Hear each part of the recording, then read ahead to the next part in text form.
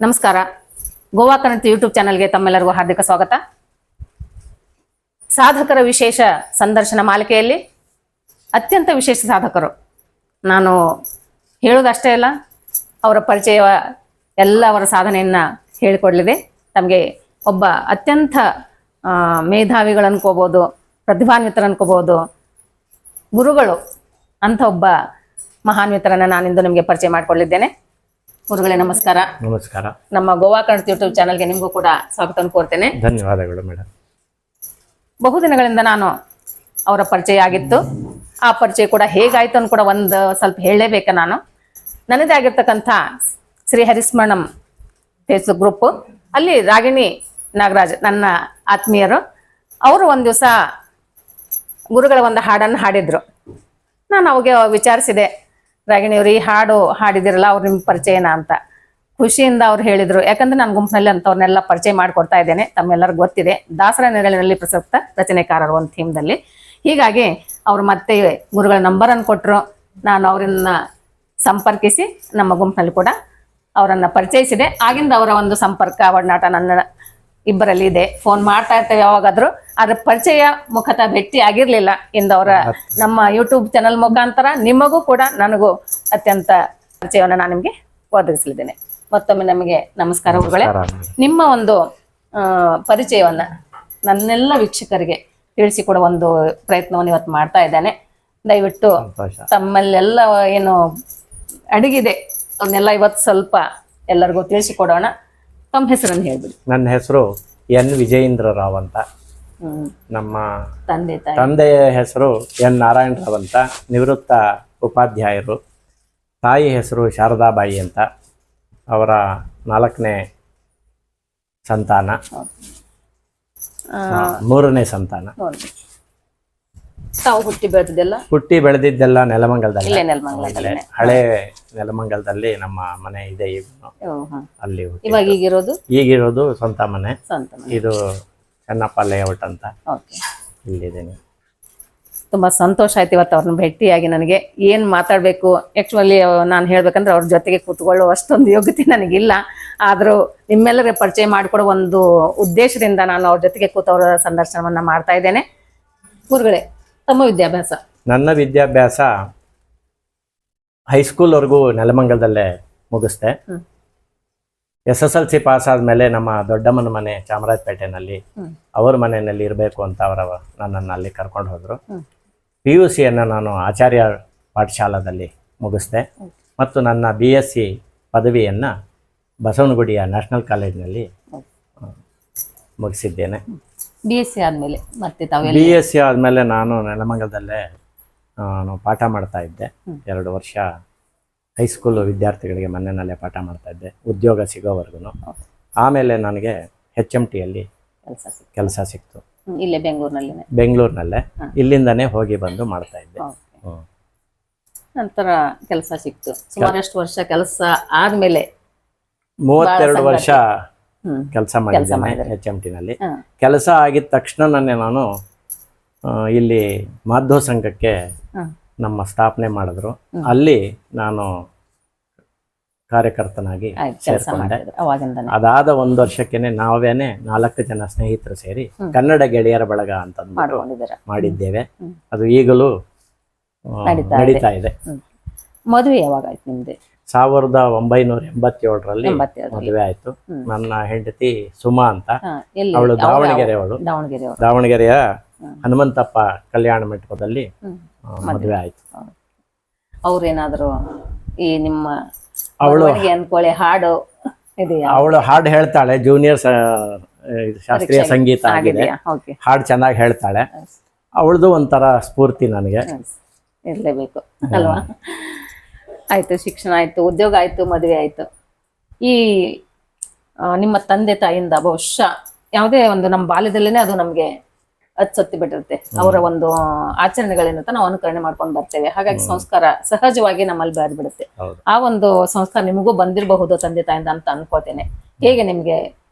ನನ್ನ ಎಲ್ಲ ಶ್ರೇಯಸ್ಗೂ ನನ್ನ ತಂದೆ ತಾಯಿಗಳೇ ನನಗೆ ಮಾರ್ಗದರ್ಶಕರು ಅಂತ ಹೇಳ್ಬೋದು.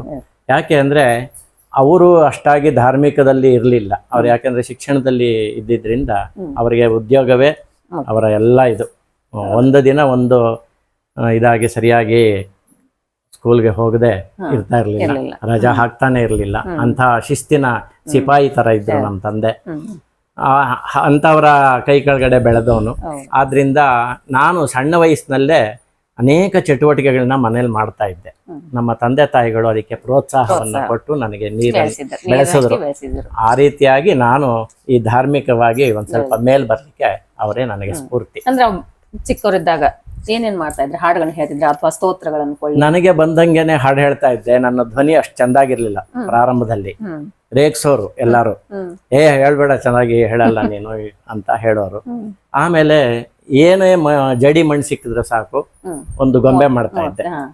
ಗಣೇಶ ನನಗೆ ಆರಾಧ್ಯ ಒಂದು ದೈವ. ಒಂದಿಷ್ಟು ಮಣ್ಣು ಸಿಕ್ಕಿದ್ರೆ ಚಿಕ್ಕದಾಗಿ ಒಂದು ಬಟಾಣಿ ಕಾಲ್ನಷ್ಟು ಗಣೇಶ ಮಾಡ್ಬಿಡ್ತೀನಿ. ಹಾಗಾಗಿ ಗಣೇಶ ಮಾಡ್ಲಿಕ್ಕೆ ಶುರು ಮಾಡಿದೆ. 7ನೇ ಕ್ಲಾಸಲ್ಲಿ ಇದ್ದಾಗಿಂದ ಇಲ್ಲಿವರೆಗೂ ನಮ್ಮ ಮನೆಗೆ ಗಣೇಶ ತಂದಿಲ್ಲ. ನಾನು 7ನೇ ಕ್ಲಾಸ್ ಇದ್ದಾಗಿಂದ ಇದುವರೆಗೂ ನಮ್ಮ ಮನೆಗೆ ನಾನೇ ಗಣಪತಿ ತಯಾರಾಗಿ ಪೂಜೆಗೊಂಡು ಮೊದಲು ಜಾಸ್ತಿ ಮಾಡ್ತಾ ಇದ್ದೆ. ಈಗ ಮಣ್ಣು ಸಿಗೋದಿಲ್ಲ, ಹಾಗಾಗಿ ಕಡಿಮೆ ಮಾಡ್ತೀನಿ.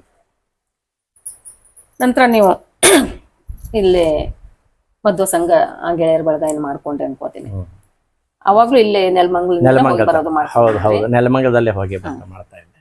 ನಂತರ ಈ ಕೇವಲ ಇದು ದೇವರ ನಾಮ ನಂತರ ಸ್ಟಾರ್ಟ್ ಮಾಡಿದ್ರೆ, ಅದಕ್ಕೂ ಮುಂಚೆ ನೀವು ಬಹುಶಃ ಕತೆ ಕವನಗಳನ್ನು ಬರೆಯುತ್ತಿದ್ರ ಹೇಗೆ? ಹೌದು, ನಾನು ಮೊದಲಿಗೆ ಪ್ರಾರಂಭ ಮಾಡಿದ್ದು ನನ್ನ PUC ನಲ್ಲೇ ನಾನು ಚುಟುಕುಗಳನ್ನ ಬರ್ಲಿಕ್ಕೆ ಶುರು ಮಾಡಿದ್ದೆ.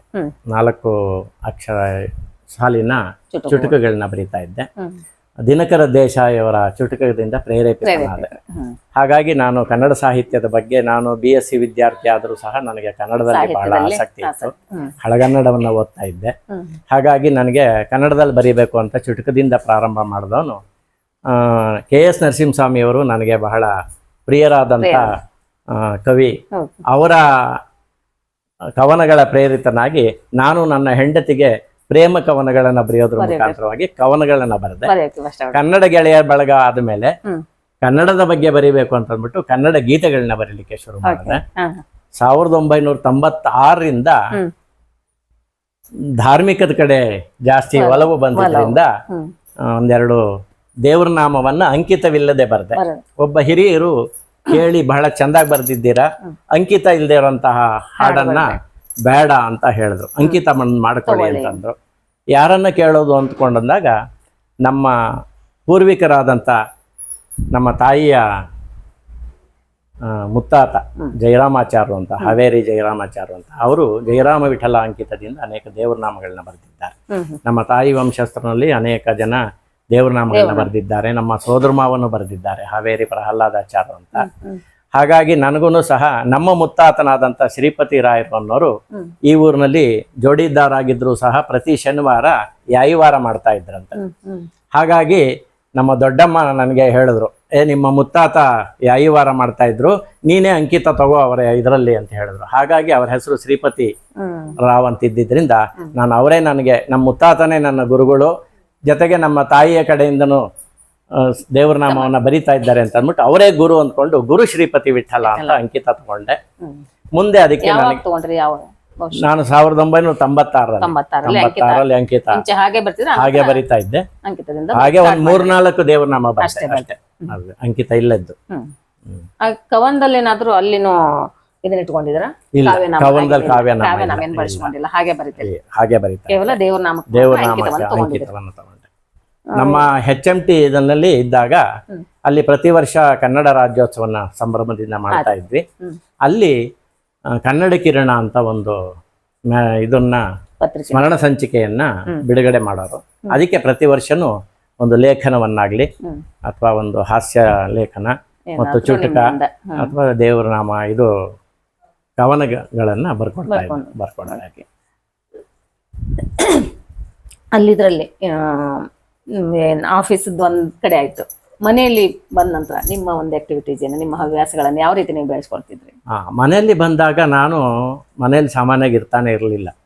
ಹೊರಗಡೆ ನಾನು ಒಂದು ಕಾಲಕ್ಕೆ 5 ಸಂಸ್ಥೆಗಳಿಗೆ ಒಂದಲ್ಲ ಒಂದು ಪದಾಧಿಕಾರಿಯಾಗಿದ್ದೆ. ಹೌದು. ಇಲ್ಲಿಯ ಬ್ರಾಹ್ಮಣ ಸಮಾಜ, ನೆಲಮಂಗಲದ ಮಾಧು ಸಂಘ, ಕನ್ನಡ ಗೆಳೆಯರ ಬಳಗ, ಮತ್ತು ಆಗ ವಿಶ್ವ ಹಿಂದೂ ಪರಿಷತ್ತು ಮತ್ತು ಇನ್ನೊಂದು ಸಂಸ್ಥೆ, ಹೀಗೆ 5 ಸಂಸ್ಥೆಗಳಲ್ಲಿ ನಾನು ಸಕ್ರಿಯವಾಗಿ ಇದ್ದಿದ್ರಿಂದ ಒಂದಲ್ಲ ಒಂದು ಕಾರ್ಯಕ್ರಮ ಇರೋದು. ನಾ ಮನೆಗೆ ಬರ್ತಾ ಇದ್ದಿದ್ದೇನೆ ತುಂಬಾ ಕಡಿಮೆ, ಮಕ್ಕಳ ಜೊತೆಗೆ ಇರ್ತಾ ಇದ್ದಿದ್ದು ಬಹಳ ಕಡಿಮೆ. ಎಲ್ಲ ಮನೆಯವ್ರ ಕೆಲಸ ಜವಾಬ್ದಾರಿ ಕೊಟ್ಬಿಟ್ಟು ನಮ್ಮ ಮನೆಯವಳ ಇದರಿಂದ ನನಗೆ ಅಲ್ಲಿ ಕೆಲಸ ಮಾಡ್ಲಿಕ್ಕೆ ಸಾಧ್ಯವಾಯ್ತು. ಕರೆಕ್ಟ್. ಗುರುಗಳೇ, ನೀವು ಈಗ ಸುಮಾರು ಕವನಗಳನ್ನು ಬರೆದಿದ್ರ, ದೇವ್ರ ನಾಮಗಳನ್ನು ಬರೆದಿದ್ರ. ಆ ಕವನಗಳಲ್ಲಿ ನಿಮಗೆ ಇಷ್ಟವಾಗಿರ್ತಕ್ಕಂಥ ಒಂದು ಕವನ ನಮ್ಮ ವೀಕ್ಷಕರಿಗಾಗಿ. ಆಯ್ತು. ನಾನು HMTಯಲ್ಲಿದ್ದಾಗೇನೆ ಅಲ್ಲಿ ಕನ್ನಡ ಕಿರಣಕ್ಕೋಸ್ಕರವಾಗಿ 16 ನುಡಿಗಳ ಕರ್ನಾಟಕ ವೈಭವ ಅಂತ ಒಂದು ದೀರ್ಘವಾದಂಥ ಕವನವನ್ನು ರಚನೆ ಮಾಡಿದೆ. ಅದನ್ನು ನಮ್ಮ HMTನಲ್ಲಿ ನಾನು ಹಾಡು ಎಲ್ಲ ಹೇಳಿದ್ದೀನಿ. ಅದು ದಾವಣಗೆರೆಯ ಒಂದು ಸಂಸ್ಥೆಯವರು ಒಂದು CD ಕನ್ನಡ ವೈಭವ ಅಂತಂದ್ಬಿಟ್ಟು ಒಂದು CD ಮಾಡ್ತೀವಿ, ನಿಮ್ಮದು CD ಮತ್ತು ಕ್ಯಾಸೆಟ್ ಮಾಡೋದ್ರಿಂದ ನಿಮ್ಮದೊಂದು ಹಾಡನ್ನು ಕೊಡಿ, ಅದಕ್ಕೆ ಒಳ್ಳೆ ಗಾಯಕರಿಂದ ಹಾಡಿಸ್ತೀವಿ ಅಂತಂದರು. ಆಗ ನಾನು ಇದನ್ನು ಕೊಟ್ಟೆ, ಸಾಹಿತ್ಯವನ್ನು ಕೊಟ್ಟೆ. ಅದಕ್ಕೆ ಮ್ಯೂಸಿಕ್ ಡೈರೆಕ್ಟರಾಗಿ ಹೆಸರಾಂತ ಸಿನಿಮಾ ಗಾಯಕರು, ನಿರ್ದೇಶಕರು, ಸಂಗೀತ ನಿರ್ದೇಶಕರಾದಂಥ ಶ್ರೀ ದಿವಂಗತ TG ಲಿಂಗಪ್ಪನವರ ಮಗ ಅವರು ರಾಗ ಸಂಯೋಜನೆ ಮಾಡ್ತೀನಿ ಅಂತ ಹೇಳಿದರು. ಕಿಶೋರ್ ಕುಮಾರ್ ಅಂತ ಅವ್ರ ಹೆಸರು. ಮೆಜೆಸ್ಟಿಕ್ನಲ್ಲಿ ಒಂದು ಹೋಟೆಲ್ನಲ್ಲಿ ಬನ್ರಿ ಅಂತ ಕರೆದಿದ್ದರು. ನನ್ನ 16 ನುಡಿಗಳ ದೀರ್ಘ ಕೃತಿಯನ್ನು ನೋಡಿ ಅವರಿಗೆ ತುಂಬಾ ಚೆಂದಾಗಿ ಬರೆದಿದ್ದೀರಾ, ಆದ್ರೆ 16 ನುಡಿಯನ್ನ ಕೇಳುವಷ್ಟು ಜನ ಸಮಯ ಇರಲ್ಲ, ಇದನ್ನ ಚಿಕ್ಕದಾಗಿ ಬರೀರಿ, ನಾನು ಒಂದು ಟ್ಯೂನ್ ಕೊಡ್ತೀನಿ ಅಂತಂದ್ರು. ಅವರ ಟ್ಯೂನ್ಗೆ ತಕ್ಕಂತೆ ನಾನೊಂದು ಹಾಡನ್ನ ರಚನೆ ಮಾಡಿಕೊಟ್ಟೆ. ಅದು ಕ್ಯಾಸೆಟ್ಟು CD ಎಲ್ಲ ಆಯಿತು. ಅದನ್ನ ಕರ್ನಾಟಕದ ಹೆಸರಾಂತ ಗಾಯಕಿ ಆದಂಥ ನಂದಿತಾ ಅವರು ಹಾಡಿದ್ದಾರೆ ತುಂಬಾ ಚೆಂದಾಗಿ. ಅದನ್ನ ದಾವಣಗೆರೆಯಲ್ಲಿ ಬಿಡುಗಡೆ ಮಾಡಿದಾಗ ಕರೆದು ಸನ್ಮಾನ ಮಾಡಿದ್ರು. ಅಲ್ಲಿ ನನ್ನ ಹಾಡಿಗೆ ನೃತ್ಯವನ್ನು ಸಹ ಸಂಯೋಜನೆ ಮಾಡಿದ್ರು. ಅದು ನನಗೆ ಬಹಳ ಹೆಮ್ಮೆ ತಂದಂತ ವಿಷಯ. ಅಭಿನಂದನೆಗಳು, ತುಂಬಾ ಖುಷಿ ಆಗತ್ತೆ. ಆ ಹಾಡನ್ನ ಬೇಕಾದ್ರೆ ಹೇಳ್ತೀನಿ. ಚಂದ ಓ ಚಂದ ಈ ನಾಡೇ ಬಲು ಅಂದ, ಕಂಗೊಳಿಪ ಸುಂದರ ನಾಡು ನಮ್ಮದು, ಈ ನಾಡು ನಮ್ಮದು. ಅಂದ ಚಂದದ ನಾಡು ಇದು, ಗಂಧ ತುಂಬಿದ ಕಾಡು, ಮಲೆನಾಡ ಕಡಲ ತೀರದ ಬಯಲ ಸೀಮೆಯ ನಾಡು. ಚಂದ ಓ ಚಂದ ಈ ನಾಡೇ ಬಲು ಅಂದ, ಕಂಗೊಳಿಪ ಸುಂದರ ನಾಡು ನಮ್ಮದು, ಈ ನಾಡು ನಮ್ಮದು. ಕಾವೇರಿ ಕಪಿಲೆಯರು ಕೃಷ್ಣ ತುಂಗಭದ್ರೆ, ಅಘನಾಶಿ ಶಾಲ್ಮಳೆಯು ಸುವರ್ಣ ಕುಮುದ್ವತಿ, ನೇತ್ರ ಶರಾವತಿಯು ಹೇಮ ಮಲಪ್ರಭೆಯು, ಹರಿದು ನಲಿದು ಪಾವನವಾದ ನದಿಗಳ ಬೀಡಿದು. ಚಂದ ಓ ಚಂದ ಈ ನಾಡೇ ಬಲು ಅಂದ, ಕಂಗೊಳಿಪ ಸುಂದರ ನಾಡು ನಮ್ಮದು, ಈ ನಾಡು ನಮ್ಮದು. ಬಾದಾಮಿ ಐಹೊಳೆಯು ಹಂಪೆ ಪಟ್ಟದ ಕಲ್ಲು, ಹಳೆಬೀಡು ಬೇಲೂರು ಶಿಲ್ಪಗಳ ತವರು, ಬಾಹುಬಲಿಯ ಬೆಡಗು ಸೋಮನಾಥಪುರವು, ಕಲೆಯ ಗುಡಿಯ ಸೊಬಗಿನ ಸಿರಿಯು ನಾಡ ಭಾಗ್ಯವು. ಚಂದ ಓ ಚಂದ ಈ ನಾಡೇ ಬಲು ಅಂದ, ಕಂಗೊಳಿಪ ಸುಂದರ ನಾಡು ನಮ್ಮದು, ಈ ನಾಡು ನಮ್ಮದು. ಜೋಗದ ಜಲಪಾತ ಜೋಗದ ಜಲಪಾತ, ಗುಮ್ಮಟದ ಮರುಮಾತ, ಜೋಗದ ಜಲಪಾತ ಗುಮ್ಮಟದ ಮರುಮಾತ, ಬೃಂದಾವನದ ಕಾರಂಜಿಗಳ ರಂಗು ರಂಗಿನಾಟ, ಶಿವನ ಸಮುದ್ರದ ರಭಸ ಆಗುಂಬೆಯರವಿಯ ಸೊಗಸ, ರಸಿಕರ ಹೃದಯ ಬಿಡದೆ ಮೀಟಿಹ ಚೆಲುವ ಕನ್ನಡ ನಾಡಿದು. ಚಂದ ಓ ಚಂದ ಈ ನಾಡೇ ಬಲು ಅಂದ, ಕಂಗೊಳಿಪ ಸುಂದರ ನಾಡು ನಮ್ಮದು, ಈ ನಾಡು ನಮ್ಮದು. ನಿಜಕ್ಕೂ ಕರ್ನಾಟಕದೆಲ್ಲ ನಾವು ನೋಡಿದಂಗೆ ಆಯ್ತು. ಅಷ್ಟೊಂದು ಸುಂದರವಾಗಿ ವೈಭವಿತವಾಗಿರ್ತಕ್ಕಂಥ ಗೀತೆಯನ್ನ ಕೇಳಿಸಿದ್ರಿ, ಧನ್ಯವಾದ. ನಂತರ ಗುರುಗಳೇ, ಇವು ಅಲ್ಲದೆ ಮತ್ತೆ ನೀವು ಯಾವ ವಿಷಯದ ಬಗ್ಗೆ ಅಥವಾ ಯಾವ ಸಾಂದರ್ಭಿಕವಾಗಿ ಗೀತೆಗಳನ್ನು ಬರ್ತಿದ್ರಿ, ಕವನಗಳನ್ನ ನಾನು ಒಂದು ಕವಿಗೋಷ್ಠಿಗಳಲ್ಲಿ ಭಾಗವಹಿಸಿದ್ದೆ. ನನ್ನನ್ನು ಕರೆಯೋರು ತಾಲ್ಲೂಕು ನೆಲಮಂಗಲ ತಾಲ್ಲೂಕು ಕವಿಗೋಷ್ಠಿ ಸಾಹಿತ್ಯ ಸಮ್ಮೇಳನ ಆದಾಗ ಮತ್ತು ಬೆಂಗಳೂರು ಗ್ರಾಮಾಂತರ ಜಿಲ್ಲೆಯ ಕನ್ನಡ ಸಾಹಿತ್ಯ ಸಮ್ಮೇಳನದಲ್ಲಿ ಕವಿಗೋಷ್ಠಿಯಲ್ಲಿ ಭಾಗವಹಿಸಿದ್ದೆ. ಒಂದು ಬಾರಿ ಒಂದು ಹೂವಾಡಗೀತೆಯ ಬಗ್ಗೆ ಬರೆದಿದ್ದೆ. ಅದನ್ನು ನಾನು ದೇವನಹಳ್ಳಿಯ ವಿಜಯಪುರದಲ್ಲಿ ನಡೆದಂಥ ಇದರಲ್ಲಿ ಹಾಡಿ ನನ್ನ ಕವನ ವಾಚನ ಮಾಡಿದಾಗ ಡಾಕ್ಟರ್ KS ನಿಸಾರ್ ಅವರು ಬಹಳ ಶ್ಲಾಘನೆ ಮಾಡಿದ್ರು. ತುಂಬ ಚೆಂದಾಗಿ ಬರೆದಿದ್ದೀಯಪ್ಪ ಕವನ ಅಂತ ಹೇಳಿ ನನಗೆ ಮೆಚ್ಚುಗೆಯನ್ನು ಸೂಚಿಸಿದ್ರು. ಅದು ನನಗೆ ಒಂದು ತುಂಬ ಸಂತೋಷವನ್ನು ಕೊಡ್ತು. ನಿಜ. ಇವಾಗಲೂ ಹೋಗ್ತಿದ್ದೀರಾ ಕವನವಾದೆಲ್ಲದ ನೀವು ಕವಿಗೋಷ್ಠಿಯಲ್ಲಿ ಭಾಗವಹಿಸ್ತೀರಾ? ಈಗ ಕನ್ನಡ ಸಾಹಿತ್ಯದ ಬಗ್ಗೆ ಅಷ್ಟು ನನಗೆ ಇದಿಲ್ಲ. ಸಾಹಿತ್ಯ ಈಗ ಪರಿಷತ್ತೆಲ್ಲ ಸ್ವಲ್ಪ ಅವ್ರದೇ ಆದಂಥ ಒಂದು ವಿಚಿತ್ರವಾಗಿ ಇರೋದ್ರಿಂದ ನಾನು ಸಾಹಿತ್ಯದ ಬಗ್ಗೆ ಅಷ್ಟು ಇದು ಮಾಡ್ತೀನಿ. ಈಗೇನಿದ್ರು ಸಂಪೂರ್ಣ ದೇವ್ರ ನಾಮದ ಕಡೆ ನನ್ನ ಒಲವು ಜಾಸ್ತಿ. ಈಗ ದೇವ್ರ ನಾಮ ಅಂದ ತಕ್ಷಣ ಸುಮಾರು ಇತ್ತೀಚೆಗೆ ಬರೋಕ್ಕೆ ಸ್ಟಾರ್ಟ್ ಮಾಡಿದ್ರಿ ಅಂತಂದ್ರೆ ಎಷ್ಟು ಬರ್ದಿದ್ದೀರಾ ದೇವ್ರ ನಾಮ? ಇದುವರೆಗೂ 263 ದೇವ್ರ ನಾಮ. ನಿಮ್ಮ ಆರಾಧ್ಯ ದೇವರು ಕೇವಲ ಅವ್ರ ಬಗ್ಗೆನೇ ಜಾಸ್ತಿ ಬರೀತೀರಾ ಅಥವಾ ಎಲ್ಲ ದೇವ್ರ ಬಗ್ಗೆ? ಎಲ್ಲ ದೇವರುಗಳ ಮೇಲೆ ಬರೆದಿದ್ದೇನೆ. ಉದಯರಾಗದಿಂದ ಹಿಡಿದು ಜೋಗಳ ಮಂಗಳದವರೆಗೂ ಹರಿದಾಸರು ಹಾಕಿಕೊಟ್ಟಂತ ಮಾರ್ಗದಲ್ಲಿ ನಾನು ಏನೇನು ತರದ ಹಾಡುಗಳನ್ನ ಬರೀಬೇಕು ಎಲ್ಲ ತರದ ಹಾಡುಗಳನ್ನ ಭಗವಂತ ನನ್ನಿಂದ ರಚನೆ ಮಾಡಿಸಿದ್ದಾನೆ. ಇನ್ನೂ ಮಾಡಿಸ್ಲಿ ಅಂತ. ಕೇವಲ ರಚನೆ ಮಾಡೋದಷ್ಟೆಲ್ಲ ಹಾಡಿಸ್ತಿದ್ದಾನೆ ಕೂಡ ನಿಮ್ಮಿಂದ. ನಮ್ಮ ಗುಂಪಿನಲ್ಲಿ ಹಾಡ್ತಾ ಇದ್ರಿ, ತುಂಬಾ ಖುಷಿ ಆಗುತ್ತೆ. ನಿಮ್ಮದೇ ರಚನೆಗಳನ್ನು ಹಾಡ್ತೀರಾ, ದಾಸರ ಪದಗಳನ್ನು ಕೂಡ ಹಾಡ್ತೀರಾ. ನಿಮ್ಮಂತ ಹಿರಿಯರು ನಮ್ಮ ಗುಂಪಿನಲ್ಲಿರೋದು ನನಗೆ ನಿಜವಾಗ್ಲೂ ಸಂತೋಷ, ನಮ್ಮ ಸೌಭಾಗ್ಯ ಅನ್ಕೋತೇನೆ. ಅದರಲ್ಲಿ ನಿಮಗೆ ಇನ್ನೊಂದು ವಿಷಯನ ಹೇಳಲೇಬೇಕು. ಅವ್ರದ್ದು ಒಂದು ಪುಸ್ತಕ ಕೂಡ ಆಗಿದೆ, ಶ್ರೀ ಲಕ್ಷ್ಮೀ ರಮಣ ಭಜನಾ ಸುಧಾ ಅಂತ ಹೇಳಿ. ಸುಮಾರು ಯಾವ ವರ್ಷದಲ್ಲಿ ಆಯ್ತು ಸರ್ ಇದು? 2012ರಲ್ಲಿ ಆಗಿದೆ. ಇದರಲ್ಲಿ ಎಷ್ಟು ಹಾಡುಗಳನ್ನ ಕವರ್? 128 ಹಾಡುಗಳು. 128 ಹಾಡುಗಳು. 132 ಬರ್ದಿದ್ದೆ ಅವಾಗ. 128 ಅದರಲ್ಲಿ ಕವರ್ ಮಾಡಿದ್ದೀನಿ. ಶ್ರೀ ಲಕ್ಷ್ಮೀ ರಮಣ ಭಜನಾ ಸುಧಾ ಅಂತ ಹೇಳಿ ಶ್ರೀ ಗುರು ಶ್ರೀಪತಿ ವಿಠಲಾಂಕಿತ ಅವರ ಅಂಕಿತ ಇದು. ಶ್ರೀ N ವಿಜಯೇಂದ್ರ ರಾವ್ ನೆಲಮಂಗಲ ಇವರಿಂದ ರಚಿತಗೊಂಡಿರ್ತಕ್ಕಂಥ ಪುಸ್ತಕ. ಇದರಲ್ಲಿ ಸುಮಾರು 128 ಹಾಡುಗಳು ಇದೆ. ನನಗೂ ಕೂಡ ಸಿಕ್ಕಿದೆ, ಪುಸ್ತಕ ಕಳಿಸಿದ್ದಾರೆ. ಸುಮಾರು ಬಹುಶಃ 1-2-4 ಹಾಡಿದ್ದೀನಿ ಅನ್ಕೊಂಡಿದ್ದೀನಿ. ಸಮಯದ ಅಭಾವ, ಹಾಡೋಕ್ಕಾಗ್ತಿಲ್ಲ. ಹಾಡ್ತೀನಿ, ಮುಂದಿನ ಪ್ರಯತ್ನ ಮಾಡ್ತೇನೆ. ಇದರಲ್ಲಿ ನಿಮಗೆ ಇದಕ್ಕೆ ಮುನ್ನುಡಿ ಯಾರು ಬರ್ದಿದ್ದಾರೆ? ಮುನ್ನುಡಿಯನ್ನ ಹೆಸರಾಂತ ದಾಸರಾದಂತ ಖಗವರ ಧ್ವಜ ವಿಠಲದಾಸರು ತುಂಬಾ ಚೆಂದಾಗಿ ಮುನ್ನುಡಿಯನ್ನ ಬರ್ಕೊಟ್ಟಿದ್ದಾರೆ. ಅವರು ಸಾಮಾನ್ಯವಾಗಿ ಯಾರಿಗೂ ಬರ್ಕೊಡಲ್ಲ. ನಾನು ಹಾಡು ಹೇಗಿದೆ ಹೇಳಿ ಅಂತ ಹೇಳಿ ನನ್ನಿಂದ 8 ಹಾಡನ್ನ ಹೇಳಿಸಿ ಆಮೇಲೆ ಅವರಿಗೆ ತೃಪ್ತಿ ಆದ್ಮೇಲೆ ನಾನು ಬರ್ಕೊಡ್ತೀನಿ ನಿನಗೆ ಅಂತ ಹೇಳಿ ಆಶೀರ್ವಾದ ಮಾಡಿ ಬರ್ಕೊಟ್ಟಿದ್ದಾರೆ. ಅವ್ರ ಆಶೀರ್ವಾದ ಸಿಕ್ಕಿದೆ. ಮತ್ತು ಜೆ ಪ್ರಹ್ಲಾದ್ ಅನ್ನೋರು ನನಗೆ ಬಹಳ ಆತ್ಮೀಯರು. ಅವರೀಗ ಸನ್ಯಾಸ ದೀಕ್ಷೆಯನ್ನು ತಗೊಂಡಿದ್ದಾರೆ.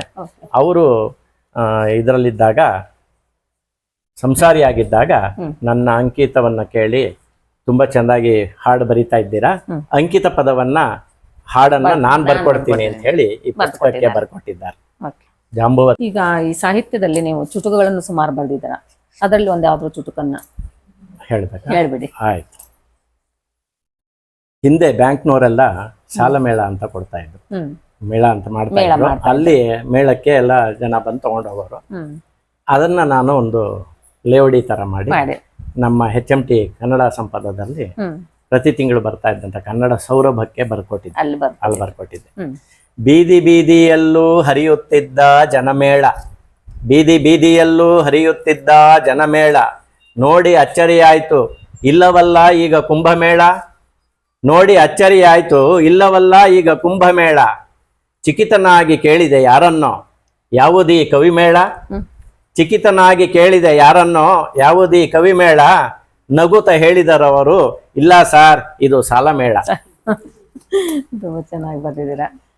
ಹೀಗೆ ಮತ್ತೆ ಸುಮಾರು ಇವೆ ಅನ್ಕೋತೀನಲ್ವಾ, ಚಂದ ಚಂದ ಸುಮಾರು ಬೇರೆ ಬೇರೆ ವಿಷಯಗಳ ಬಗ್ಗೆ, ಬೇರೆ ಬೇರೆ ವಿಷಯಗಳ ಬಗ್ಗೆ ಬರೆದಿದ್ದೇನೆ. ಚುಟುಕು ಆಯ್ತು, ಕವನಗಳಾಯ್ತು, ದೇವ್ರ ನಾಮ ಆಯ್ತು. ಅದನ್ನ ಬಿಟ್ಟು ಮತ್ತೆ ನೀವೇನೇನು ಯಾವ್ದ್ರಲ್ಲಿ ಸಾಹಿತ್ಯದಲ್ಲಿ ಲೇಖನಗಳನ್ನು ನಾಟಕಗಳನ್ನ ಬರೀತಾ ಇದ್ದೆ ಮಕ್ಕಳಿಗೋಸ್ಕರವಾಗಿ. ಹಾ. ಪೌರಾಣಿಕ ಮತ್ತು ಸಾಂಸಾರಿಕ ನಾಟಕಗಳನ್ನ ನಾನೇ ಬರೆದು ನಮ್ಮ ಮನೆಯಲ್ಲಿ ನಮ್ಮ ತಂದೆ, ನಮ್ಮ ಅಕ್ಕ, ನನ್ನ ತಂಗಿ, ನಾನು 4 ಜನವೂ ಪಾಠ ಹೇಳ್ತಾ ಇದ್ವಿ. 1ನೇ ಕ್ಲಾಸಿಂದ ಹಿಡಿದು 10ನೇ ಕ್ಲಾಸ್ವರೆಗೂ ಪಾಠ ನಡೀತಾ ಇತ್ತು ನಮ್ಮ ಮನೆಯಲ್ಲಿ. ಆ ಸಂದರ್ಭದಲ್ಲಿ ಮಕ್ಕಳನ್ನ ಉಪಯೋಗಿಸ್ಕೊಂಡು ಬೀದಿಯಲ್ಲೇನೆ ನಾಟಕಗಳನ್ನ ಸ್ಟೇಜ್ ಮಾಡಿಸಿ ನಮ್ಮದಿಗೆ ಆದಂತ ಒಂದು ಇದರಲ್ಲಿ ನಾನೇ ಮೇಕಪ್ ಮ್ಯಾನು, ನಾನೇ ಡೈರೆಕ್ಷನ್ನು, ಎಲ್ಲವೂ ನಂದೇ ಆಗಿ ತುಂಬಾ ಚೆಂದಾಗಿ. ಆಗ ಟಿವಿ ಇನ್ನು ಬಂದಿರಲಿಲ್ಲ, ಆದ್ರಿಂದ ಬೀದಿ ತುಂಬಾ ಜನ ಕೂತ್ಕೊಂಡು ನೋಡೋರು, ಪ್ರತಿ ವರ್ಷ ಕೇಳೋರು ಈ ವರ್ಷ ಯಾವ್ದು ಆಡಿಸ್ತೀರಾ ಅಂತ ಮಕ್ಕಳಿಂದ. ಅಷ್ಟು ಚೆನ್ನಾಗಿ ಮಕ್ಕಳು ನಮ್ಗೆ ಪ್ರೋತ್ಸಾಹ ಕೊಟ್ರು. ನಮ್ಮ ತಂದೆ ತಾಯಿ ನಮ್ಗೆ ಬಹಳ ಇದ್ ಮಾಡಿದ್ರು, ಪ್ರೋತ್ಸಾಹ ಮಾಡಿ ಬೆಳೆಸಿದ್ರು. ಅವರಿಂದನೇ ನಾವು ಎಷ್ಟು ಬೆಳೆದಿಕ್ಕೆ ಕಾರಣ. ಈಗ ಇದು ಒಂದ್ ಕಡೆ ಆದ್ರೆ ನಂತರ ಇವು ಸಂಘಟನೆ ಕಡೆ ಬರೋಣ. ಇವು ನೆಲಮಂಗಲದಲ್ಲೇ ಇದ್ದುಕೊಂಡು ನಿಮ್ಮ ಒಂದು ವೃತ್ತಿಯ ಜೊತೆಗೆ ಇವೆಲ್ಲ ಸಂಘಟನೆಗಳ ಪ್ರವೃತ್ತಿ ಅಂತ ಅನ್ಕೊಳ್ಳಿ ಸಾಕಷ್ಟು ಮಾಡಿದ್ದೀರಾ ಅಂತ ಕೇಳಿದ್ದೇನೆ. ಯಾವ್ಯಾವ ಸಂಘಟನೆ, ಯಾವ್ಯಾವ ಒಂದು ಗ್ರೂಪ್ಗಳನ್ನ ಮಾಡಿ ನೀವು ಬೆಳೆಸ್ತಾ ಇದ್ದೀರಾ?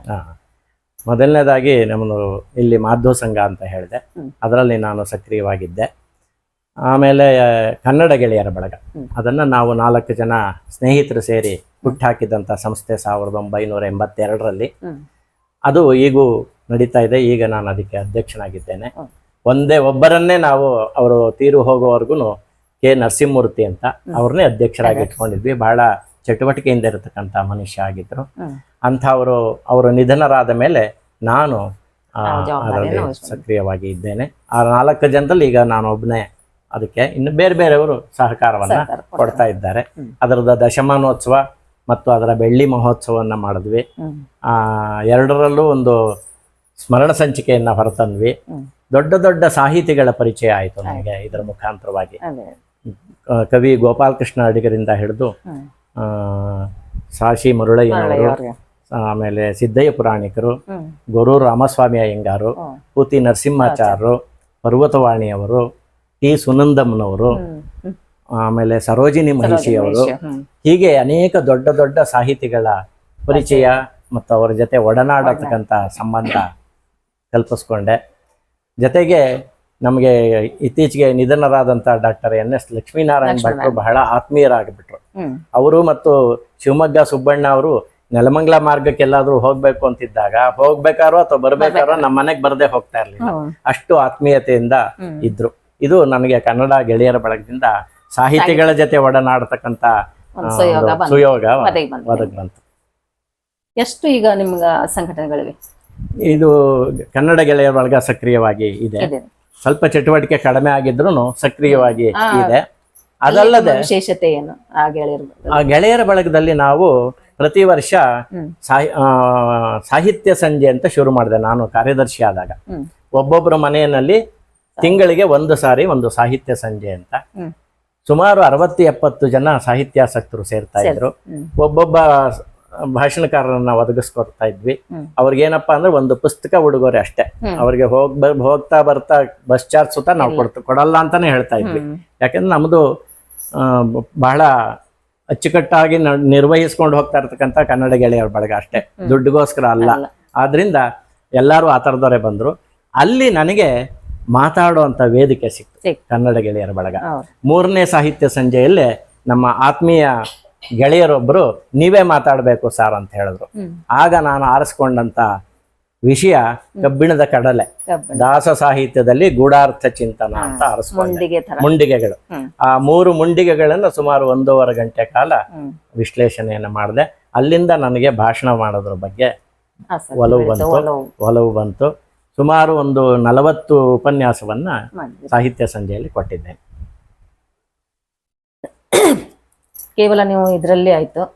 ನಂತರ ದಾಸ ಸಾಹಿತ್ಯಕ್ಕೆ ಬಂದಾಗ ಅಲ್ಲಿ ನೀವು ಯಾವ ರೀತಿ ನಿಮ್ಮನ್ನ? ದಾಸ ಸಾಹಿತ್ಯ ನನಗೆ ಬಹಳ ಅಚ್ಚುಮೆಚ್ಚಿನ ಸಾಹಿತ್ಯ. ದಾಸ ಸಾಹಿತ್ಯ ಅಂತಂದ್ರೆ ನನಗೆ ಶ್ರೀಪಾದರಾಯರಿಂದ ಪ್ರೇರೇಪಿತನಾಗಿ ನಾನು ದಾಸ ಸಾಹಿತ್ಯದ ಕಡೆ ಒಲವು ಕೊಟ್ಟವನು. ಅವರ ಇಟ್ಟಂಗೆ ಇರುವೆನು ಹರಿಯೇ ಅನ್ನೋ ದೇವರ ನಾಮ ನನ್ನನ್ನು ದಾಸ ಸಾಹಿತ್ಯದ ಕಡೆಗೆ ಕರೆದೋಯ್ತು. ಇದಕ್ಕೆ ಮೂಲ ಕಾರಣ ನನಗೆ ಧಾರ್ಮಿಕವಾಗಿ ನನಗೆ ಬರಬೇಕು ಅಂತಂದ್ರೆ ನಮ್ಮ ದೊಡ್ಡಮ್ಮ. ನಾನು ಅವ್ರ ಮನೆಯಲ್ಲಿ PUC ಇದ್ದಾಗ, PUCಕ್ಕಿಂತ ಮುಂಚೆ ಅವ್ರ ಮನೆಗೆ ಹೋಗ್ತಾ ಇದ್ದೆ ಸಮ್ಮರ್ ಹಾಲಿಡೇಸ್ನಲ್ಲಿ. ಪುರಾಣಕ್ಕೆ ಕರ್ಕೊಂಡು ಹೋಗೋರು. ಹ್ಮ್. ನಮ್ಮ ಕಸಿನ್ಸು ರೇಗ್ಸೋರು, ಹ್ಮ್. ಏನು ನಿಮ್ಮ ದೊಡ್ಡಮ್ಮನ ಜೊತೆ ಪುರಾಣಕ್ಕೆ ಹೋಗ್ತೀಯ ಅಂತ. ಆ ಪುರಾಣದಲ್ಲಿ ಕೇಳಿದಂತಹ ಮಹಾಭಾರತ, ರಾಮಾಯಣ, ಭಾಗವತದ ಕಥೆಗಳು ನನ್ನನ್ನು ಚಿಕ್ಕ ವಯಸ್ಸಿನಲ್ಲೇ ಧಾರ್ಮಿಕ ಆಸಕ್ತಿಯನ್ನು ಬೆಳೆಸಿ. ಪ್ರೇರೇಪಿಸಿತು. ಹಾಗಾಗಿ ನಾನು ಇಲ್ಲಿ ಸುಮಾರು 6 ಭಜನಾ ಮಂಡಳಿಗಳನ್ನು ಸ್ಥಾಪನೆ ಮಾಡಿದೆ. ಎಲ್ಲೆಲ್ಲಿವೆ, ಯಾವ ಇದರಲ್ಲಿ? ನೆಲಮಂಗಲದಲ್ಲೇ ಒಂದು ಭಾರತೀಯ ರಮಣ ಭಜನಾ ಮಂಡಳಿ ಅಂತ ಮೊದಲಗೆದೆಗೆ ಪ್ರಾರಂಭ ಮಾಡಿದೆ. ಎರಡನೇದು ನೆಲಮಂಗಲದಲ್ಲೇ ಇಂದಿರಾನಗರ ಅಂತಿದೆ. ಅಲ್ಲಿಯ ಕೆಲವು ಮಹಿಳೆಯರು ಬಂದು ನಮಗೂ ಹೇಳ್ಕೊಡಿ ಅಂತ ಕೇಳಿದ್ರು. ಹಾಗಾಗಿ ಅಲ್ಲಿ ಒಂದು ಲಕ್ಷ್ಮೀ ರಮಣ ಭಜನಾ ಮಂಡಳಿ ಅಂತ ಒಂದು ಭಜನಾ ಮಂಡಳಿ ಪ್ರಾರಂಭ ಮಾಡಿದೆ. ಆ 2 ಭಜನಾ ಮಂಡಳಿ ಆದ್ಮೇಲೆ ಸಮೀಪದಲ್ಲಿರ್ತಕ್ಕಂಥ ಅರಿಶಿನಗುಂಟೆಯಲ್ಲಿ ಆದರ್ಶ ನಗರ ಅಂತಿದೆ. ಅಲ್ಲಿ ಕೆಲವರು ಮಹಿಳೆಯರು ಬಂದು ನಮಗೊಂದು ಭಜನೆ ಮಂಡಳಿ ಮಾಡಿ ಅಂತ ಹೇಳಿದ್ರು. ಅವರಲ್ಲಿ ವಿನಾಯಕ ಭಜನಾ ಮಂಡಳಿ ಅಂತ ಮಾಡಿದೆ.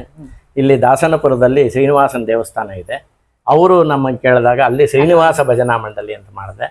ಅರಿಶಿನಗುಂಟೆನಲ್ಲೇ ಇನ್ನೊಂದು ಪಾಂಡುರಂಗ ಭಜನಾ ಮಂಡಳಿ ಅಂತ ಅದೊಂದು ಮಾಡಿದೆ. ಇದಲ್ಲದೆ ಬೆಂಗಳೂರಿನ ಪ್ಯಾಲೇಸ್ ಗುಟ್ಟಳ್ಳಿಯಲ್ಲಿ ಅಲ್ಲಿಯ ಕೆಲವು ಮಹಿಳೆಯರು ಬಂದು ನಮಗೂ ಗುರುಗಳೇ ದೇವ್ರ ನಾಮವನ್ನು ಹೇಳ್ಕೊಡಿ ಅಂತ ಹೇಳಿದಾಗ ಅಲ್ಲಿ ಒಂದು ಭಜನಾ ಮಂಡಳಿಯನ್ನ ಮಾಡಿದ್ದೀನಿ, ಕೋದಂಡರಾಮ ಭಜನಾ ಮಂಡಳಿ ಅಂತ. ಒಟ್ಟು 6 ಭಜನಾ ಮಂಡಳಿಗಳು. ಎಲ್ಲವೂ ನಿಮ್ಮ ಹತ್ರಕ್ಕೆ ಎಲ್ಲವೂ ನಮ್ಮ ಹತ್ರಕ್ಕಿದೆ, ಎಲ್ಲವೂ ಹತ್ರಕ್ಕಿದೆ. ಹೋಗಿ ಬರ್ಬೋದು. ಪ್ರತಿ ಗುರುವಾರ ಕೋದಂಡರಾಮ ಭಜನಾ ಮಂಡಳಿಗೆ ಹೋಗ್ತೇನೆ. ಅಂದ್ರೆ ಒಂದೊಂದ್ ದಿವಸ ಒಂದೊಂದು ದಿನ ಒಂದೊಂದಕ್ಕೆ ಹೋಗ್ತೇನೆ. ಈಗ ಕೆಲವು ಭಜನಾ ಮಂಡಳಿಗಳು ಅವರೇ ಹೇಳ್ಕೊತಾರೆ. ಒಂದ್ ದಿವಸ ಹೋಗದೆ ಇದ್ರು ಇಲ್ಲ, ಈಗೆಲ್ಲ ಎಲ್ಲದಕ್ಕೂ ಹೋಗಲ್ಲ. ಈಗ ಕೆಲವು ಸಕ್ರಿಯವಾಗಿದೆ, ಕೆಲವು ಇಲ್ಲ. ಹಾಗಾಗಿ ಈಗ ನಾನು 2 ಭಜನಾ ಮಂಡಳಿಗೆ ಭಾಗವಹಿಸ್ತಾ ಇದ್ದೇನೆ, ಹೋಗ್ತಾ ಇದ್ದೇನೆ. ಅಲ್ಲಿ ಏನೇನು ಹೇಳ್ಕೊಡ್ತೀರಾ ಭಜನಾ ಮಂಡಳಿ? ಅಲ್ಲಿ ಭಜನಾ ಮಂಡಳಿಯಲ್ಲಿ ನಾನು ದಾಸ ಸಾಹಿತ್ಯ ಬಿಟ್ಟು ಬೇರೆ ಹೇಳ್ಕೊಡಲ್ಲ. ಅಂದ್ರೆ ನಾನು ಕೇಳೋದು ದಾಸ ಸಾಹಿತ್ಯ ಅಂದ್ರೆ ಈಗ ಕೇವಲ ದಾಸರ ಪದಗಳನ್ನ ಅವ್ರಿಗೆ ಹಾಡೋಕೆ ಹೇಳ್ಕೊಡ್ತೀರಾ ಅಥವಾ ಹರಿಕಥಾಂಸಾರನ್ನೇ ಮತ್ತೆ ಭಗವದ್ಗೀತೆ ಇಂಥವನ್ನ ಹೇಳ್ಕೊಡ್ತೀರಾ? ಮೊದಲು ಬರೇ ದೇವ್ರ ನಾಮಗಳನ್ನ ಹೇಳ್ಕೊಡ್ತಾ ಇದ್ದೆ. ನಾನು ಹೇಳ್ತಾ ಇದ್ದೆ ಹರಿದಾಸರು ರಚನೆ ಮಾಡತಕ್ಕಂಥ ಅಂಕಿತ ಇರತಕ್ಕಂಥ ಹಾಡನ್ನು ಮಾತ್ರ ನಾನು ಹೇಳ್ಕೊಡೋದು, ಇಷ್ಟ ಇದ್ರೆ ಹೇಳಿಸ್ಕೊಳ್ಳಿ ಅಂತ ಹೇಳಿ. ಹಾಗೆ ಪ್ರಾರಂಭವಾದಂತಹ ಭಜನಾ ಮಂಡಳಿಯಲ್ಲಿ ಮೊದಲಿಗೆ ನನ್ನಿಂದ ಹರಿಕಥಾಮೃತ ಸಾರವನ್ನು ಹೇಳಿಸ್ತೋರು ಲಕ್ಷ್ಮೀ ರಮಣ ಭಜನಾ ಮಂಡಳಿ. ಈ ಪುಸ್ತಕವನ್ನ ಬಿಡುಗಡೆ ಮಾಡಿದ್ದು ಅವರೇನೆ. ಆ ಭಜನಾ ಮಂಡಳಿ ನನ್ನನ್ನ ಬಹಳ ಹೇಳಲಿಕ್ಕಾಗಲ್ಲ, ಅಷ್ಟು ಆತ್ಮೀಯತೆಯಿಂದ ನನ್ನನ್ನ ಗೌರವಿಸ್ತಾರೆ. ಈ ಪುಸ್ತಕವನ್ನ ಬಿಡುಗಡೆ ಮಾಡಲಿಕ್ಕೆ ಸುಮಾರು 40,000 ಅವರೇ ಖರ್ಚು ಮಾಡಿದ್ರು. ಪುಸ್ತಕ ಪ್ರಿಂಟ್ ಮಾಡಿಸಿ ಅದ್ಧೂರಿಯಾಗಿ ಇದನ್ನ ಬಿಡುಗಡೆ ಮಾಡಿಸಿದ್ರು. ಹಾರ ನಾಗರಾಜಾಚಾರ್ ಬಂದಿದ್ರು ಅಲ್ವಾ? ಗುರುದಕ್ಷಿಣೆ ಎಷ್ಟು ಕೊಟ್ಟರು ಕಡಿಮೆನೆ ಅಲ್ವಾ? ನೀವು ಮಾಡಿರೋದಕ್ಕೆ ಅದು ಅಷ್ಟು ಏನ್ ದೊಡ್ಡದಲ್ವಾ? ಅವ್ರಿಗೆ ನಾನು ಯಾವಾಗೂ ಆಭಾರಿ.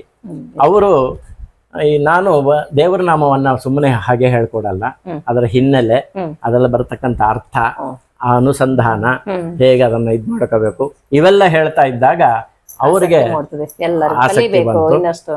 ಒಂದು ಮೆಟ್ಲೋತ್ಸವಕ್ಕೆ ಹೋಗ್ಬೇಕಾದ್ರೆ TTD ನಲ್ಲಿ ಅವರ ನೋಂದಣಿ ಮಾಡಿಸಿದ್ದೆ 2 ಭಜನಾ ಮಂಡಳಿಯನ್ನ, 3 ಭಜನಾ ಮಂಡಳಿ, ದಾಸನಪುರದ್ದು, ನೆಲಮಂಗಲದ್ದು 2 ಭಜನಾ ಮಂಡಳಿ, ಭಾರತೀಯ ರಮಣ 3 ಸಾರಿ ಮೆಟ್ಲೋತ್ಸವಕ್ಕೆಲ್ಲ ಹೋಗಿ ಬಂದಿದ್ದೇವೆ. ಆ ಸಂದರ್ಭದಲ್ಲಿ ಲಕ್ಷ್ಮೀ ರಮಣ ಭಜನಾ ಮಂಡಳಿಯವರು ಅಲ್ಲಿ ಹರಿಕಥಾಮೃತ ಸಾರದ ಬಗ್ಗೆ ಪ್ರಶ್ನೆಗಳನ್ನು ಕೇಳ್ತಾರೆ. ನೀವು ನಮ್ಗೆ ಹರಿಕಥಾಮೃತ ಸಾರ ಹೇಳಿ ಅಂತಂದಾಗ ಅಲ್ಲಿ ಪ್ರಾರಂಭ ಮಾಡಿದೆ ಹರಿಕಥಾಮೃತ ಸಾರ. ಮಂಗಳವನ್ನ ನಮ್ಮನೆಯಲ್ಲೇ ಮಾಡಿದ್ವಿ. ಇದಾದ ಮೇಲೆ ಅರಿಶಿನಗುಂಟೆಯ ಆದರ್ಶ ನಗರದ ವಿನಾಯಕ ಭಜನಾ ಮಂಡಳಿ ಅವ್ರದ್ದು ಒಂದ್ಸತಿ ಹರಿಕಥಾಮೃತ ಸಾರ ಮಂಗಳ ನಮ್ಮನೆಯಲ್ಲೇ ಮಾಡಿದೆ. ಪ್ಯಾಲೇಸ್ ಗುಟ್ಟಳ್ಳಿಯ ಕೋದಂಡರಾಮಸ್ವಾಮಿ ಭಜನಾ ಮಂಡಳಿ ಅವ್ರಿಗೂ ಹರಿಕಥಾಮೃತ ಸಾರ ಹೇಳಿ ಮಂಗಳವನ್ನ ನಮ್ಮನೆಯಲ್ಲೇನೆ 3 ಬಾರಿ ಮಂಗಳ ಕಾರ್ಯಕ್ರಮವನ್ನ ನೆಲಮಂಗಲದಲ್ಲಿ ಮಾಡಿದ್ದೇನೆ. ಮತ್ತು ಅದ್ಭುತ ಕೆಲಸ. ನನಗೆ ಸಂಸ್ಕೃತದ ಗಂಧವೇ ಗೊತ್ತಿಲ್ಲ, ಅಂಥದ್ರಲ್ಲಿ ಈ ಲಕ್ಷ್ಮೀ ರಮಣ ಭಜನಾ ಮಂಡಳಿಯ ಅಧ್ಯಕ್ಷರಾದಂಥ ಶ್ರೀಮತಿ ಧನಲಕ್ಷಮ್ಮ ಅವರು ಅವರ ಮನೆಯಲ್ಲಿ 9 ದಿನಗಳ ಕಾಲ ಭವಿಷ್ಯೋತ್ತರ ಪುರಾಣದ ವೆಂಕಟೇಶ್ ಮಹಾತ್ಮೆಯನ್ನ ಹೇಳಿಸೋರು. ಅಲ್ಲಿಂದ ನಂದು ವೆಂಕಟೇಶ್ ಮಹಾತ್ಮೆ ಹೇಳುವಂಥ ಕತೆ 9 ಸರಿ ಆಗಿದೆ. ಆಮೇಲೆ ಅದೇ ಭಜನಾ ಮಂಡಳಿಯ ಇವರು ರೇಣುಕಮ್ಮ ಅನ್ನೋರು ಅವರ ಮನೆಯಲ್ಲಿ ಈಗ 2 ವರ್ಷದ ಹಿಂದೆ ಭಾಗವತ ಸಪ್ತಾಹವನ್ನ ಮಾಡಿದೆ 7 ದಿನ. ಈಗ ವಿನಾಯಕ ಭಜನಾ ಮಂಡಳಿನಲ್ಲಿ ಆದರ್ಶ ನಗರದಲ್ಲಿ ಭಾಗವತ ಹೇಳ್ತಾ ಇದ್ದೇನೆ. ಅಂದ್ರೆ ಸಪ್ತಾಹ ಅಲ್ಲ, ನಿಧಾನವಾಗಿ ಕಥೆಯ ರೂಪದಲ್ಲಿ. ನನಗೆ ಸಂಸ್ಕೃತ ಗೊತ್ತಿಲ್ಲದೆ ಇದ್ರು ಸಾಹಿತ್ಯದ ಕಥೆಯನ್ನ ಅವರಿಗೆ ತಿಳಿ ಹೇಳಿಕೊಂಡು ಮಾಡ್ತಾ ಇದ್ದೆ. ಸಪ್ತಾಹ ಅಂದ್ರೆ ಏಳು ದಿನಕ್ಕೆ ಮುಗ್ದೋಗ್ಬಿಡುತ್ತೆ. ಕಲಿಯಲಿಕ್ಕೆ ಅವ್ರಿಗೆ ಆಗಲ್ಲ, ಸ್ವಲ್ಪ ಕಷ್ಟ ಅಂದ್ರೆ ಅರ್ಥ ಆಗೋದಿಲ್ಲ, ಮಾಡ್ಕೊಳ್ಳೋದು ಕಷ್ಟ ಕಷ್ಟ ಆಗತ್ತೆ. ಆಗುತ್ತೆ. ಈಗ ನಿಧಾನಕ್ಕೆ ಹೇಳ್ಬಿಟ್ರೆ ಸಂಪೂರ್ಣವಾಗಿ ತಿಳ್ಕೊಳ್ಬಹುದು, ಕಲಿಬಹುದು. ಹೌದು. ಇಷ್ಟೆಲ್ಲ ಹೇಳಿದ್ರೆ ನಾವು ಕಲಿಯೋಕೆ ಅವಕಾಶ ಇಲ್ಲ ಅನ್ಸುತ್ತೆ. ಒಂದ್ಸರಿ ಗೋವಾಕ್ಕೂ ಬಂದ್ಬಿಟ್ಟು ಅಲ್ಲಿ ಒಂದ್ ಭಜನೆ ಮಂಡಳಿ ಸ್ಟಾರ್ಟ್ ಮಾಡ್ಬಿಡಿ. ಖಂಡಿತ ಅವಕಾಶ ಪಟ್ರೆ ಬರ್ತೀನಿ. ನಿಜ ಖುಷಿ ಆಗುತ್ತೆ. ಎಷ್ಟೊಂದು ನೋಡಿ ಇದ್ಕೊಂಡು 5-6 ಸಂಘಟನೆಯನ್ನ ಮಾಡ್ಬಿಟ್ಟು ಅವ್ರಿಗೆಲ್ಲ ಹೋಗಿ ಎಷ್ಟೊಂದು ಕಲಿಸ್ಕೊಟ್ಟಿದ್ದೀರಾ. ನಿಜ ಭಗವಂತನ ಒಂದು ಅನುಗ್ರಹ ನಿಮ್ ಅಷ್ಟೇ, ಮೇಲೆ ಹೌದು, ದೇವರದು ಅನುಗ್ರಹ ಅಷ್ಟೇ. ಇಲ್ಲದೆ ನಾವೇನ್ ಮಾಡೋಕ್ಕಾಗೋದಿಲ್ಲ. ಆಗಲ್ಲ. ಗುರುಗಳು, ಈ ಸದ್ಯಕ್ಕೆ ನನಗೆ ಬೇಕಾಗಿರೋದು ಭಜನಾ ಮಂಡಳಗಳಾಯ್ತು. ಈ ಭಜನಾ ಮಂಡಳಗಳನ್ನ ಇದು ಒಟ್ಟಿಗೆ ಮಾಡೋದಿದೆಯಾ ಅಥವಾ ಬೇರೆ ಬೇರೆ ನಿಮ್ದು ಹೇಗೆ ಒಂದೆಲ್ಲ ಸೇರಿಸಿ ಒಂದೇನಾದ್ರೂ ಪ್ರೋಗ್ರಾಮ್ ಕಾರ್ಯಕ್ರಮ ಮಾಡೋದು ಅಂತವೇನಾದ್ರೂ ಒಳ್ಳೆ ಪ್ರಶ್ನೆ ಕೇಳಿದ್ರೆ, ನಾನು ನನ್ನ 6 ಭಜನಾ ಮಂಡಳಿಗಳನ್ನ ಸೇರಿಸ್ಕೊಂಡು ಒಂದ್ ಯಾವ್ದಾದ್ರು ಒಂದು ದೊಡ್ಡ ಕಾರ್ಯಕ್ರಮ ಮಾಡ್ಬೇಕು ಅನ್ನೋ ಒಂದು ಉದ್ದೇಶ ಇದೆ. ಅದಕ್ಕೆಲ್ಲ ಭಜನಾ ಮಂಡಳಿಯವರೆಲ್ಲ ಸಹಕಾರ ಕೊಟ್ರೆ ನೀವು ಖಂಡಿತ ಬಂದು ಪಾಲ್ಗೊಳ್ರಿ ಅಂತ ನಾನು ನಿಮ್ಮಲ್ಲಿ ಕೇಳ್ಕೊತೇನೆ. ಖಂಡಿತ ಆಗ್ಲಿ. ಭಜನಾ ಮಂಡಳಿಗಳ ಒಕ್ಕೂಟ ಅಂತ ಮಾಡ್ಕೊಂಡು ಯಾಕಂದ್ರೆ ನಮ್ಮಿಂದ ಸ್ಥಾಪನೆ ಆದಂತ ಭಜನಾ ಮಂಡಳಿ ಒಬ್ಬರಿಗೊಬ್ಬರಿಗೆ ಸಂಪರ್ಕ ಇರ್ಲಿ ಅಂತ. ಅದೇ ನನಗೂ ಅದೇ ಯೋಚನೆ ಬಂತ, ಅದಕ್ಕೆ ಆ ಪ್ರಶ್ನೆ ಮಾಡಿದೆ. ಯಾಕಂದ್ರೆ ನೀವೇ ಸ್ಥಾಪಿಸ್ತಕ್ಕಂಥ 5-6 ಸಂಘಟನೆಗಳಿದ್ದಾಗ ಅವ್ರದ್ದು ಪರಿಚಯ ಇರೋದಿಲ್ಲ ಒಬ್ರಿಗೊಬ್ಬರದು. ಎಲ್ಲರದು ಒಂದೇ ಕಡೆ ಸೇರಿಸಿದಾಗ ಅವ್ರ ಪರಿಚಯ ಆಗುತ್ತೆ, ಇನ್ನಷ್ಟು ಅದಕ್ಕೆ ಬಲ ಬರುತ್ತೆ ಅನ್ನೋ ಒಂದು ಉದ್ದೇಶ ಅಲ್ವಾ.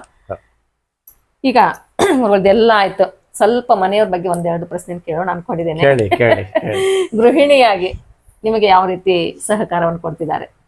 ಗೃಹಿಣಿಯಾಗಿ ಸಂಸ್ಕೃತದಲ್ಲಿ ಹೇಳ್ತಾರೆ ಗೃಹಿಣಿ ಗೃಹ ಮುಚ್ಚತೆ ಅಂತ. ಅದಕ್ಕೆ ತಕ್ಕಂತೆ ನನ್ನ ಹೆಂಡತಿ ಸುಮಾ ಹಾಗೆ ಇದ್ದಾರೆ. ಹೌದು ಅಲ್ವಾ? ಸುಂದರವಾಗಿ ನನ್ನ ಹೆಂಡತಿ, ನನ್ನ ಮಕ್ಕಳು ನನ್ನ ಯಾವ ಕಾರ್ಯಕ್ರಮಗಳಿಗೂ ಬೆನ್ನೆಲುಬಾಗೆ ನಿಂತಿದ್ದಾರೆ. ಅದರಿಂದಾನೇ ನಾನು ಇಷ್ಟೆಲ್ಲ ನಡೆಸಲಿಕ್ಕೆ ಸಾಧ್ಯ ಆಗಿದೆ. ಮಕ್ಕಳು 2 ಇದ್ದಾರೆ ನನಗೆ. ದೊಡ್ಡವಳು ವಾರುಣಿ ಅಂತ, ಎರಡನೇವಳು ರೋಹಿಣಿ ಅಂತ. ವಾರುಣಿಗೆ ಮದುವೆ ಮಾಡಿದ್ದೀನಿ, ಅವಳು ಲಂಡನ್ ಅಲ್ಲಿ ವಾಸ ಇದ್ದಾಳೆ. ಎರಡನೇವಳಿಗೆ ಮದುವೆ ಮಾಡಬೇಕು. ಅವಳು BCom ಮಾಡಿಕೊಂಡು MNC ಕಂಪನಿನಲ್ಲಿ ಕೆಲಸ ಮಾಡ್ತಾ ಇದ್ದಾಳೆ. ಸುಂದರವಾಗಿರ್ತಕ್ಕಂಥ ಕುಟುಂಬ ಕೂಡ ಹೀಗೆ ಇರಲಿ ಭಗವಂತನ ಆಶೀರ್ವಾದದಿಂದ. ನಂತರ ನಿಮ್ಮ ಒಂದು ಭಜನಾ ಗುಂಪಿನ ಬಗ್ಗೆ ಈಗಾಗಲೇ ಸದಸ್ಯರು ಬಂದು ಕಾಯ್ತಿದ್ದಾರೆ. ಅವ್ರದ್ದೊಂದು ಈ ಬೇರೆ ವಿಡಿಯೋನ ಮಾಡ್ತಿದ್ದೀನಿ, ನಿಮ್ದ್ರಲ್ಲಿ ಬೇಡ, ಅದು ಇದು ನಿಮ್ದು ಸಂಪೂರ್ಣ ಒಂದು ಪರಿಚಯದ ವಿಡಿಯೋ ಬೇರೆ, ಅದು ಭಜನಾ ಮಂಡಳದ ವಿಡಿಯೋ ಬೇರೆ ಮಾಡೋಣ.